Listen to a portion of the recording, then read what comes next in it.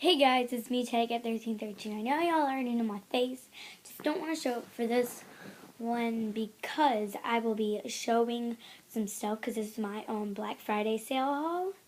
So, I'm going to show you my stuff from Claire's first. Okay, so it was buy two, get one half off. So, I thought that was a really awesome deal. That was for cosmetics. So, I'm going to show you this. I got this. It's just regular color eyeshadow. Oh my gosh, you can see the camera right there. See, yeah, it's just regular colors. And it's from Claire's, as you can see. Okay, my next one is a really sparkly one. See, look at this. Oh crap, it's upside down. So yeah, it has all regular colors and it has stick. And then my thing that I got for half off was these really cute nails. So yeah, that's my stuff from Claire's. Now I'm going to show you my clothes.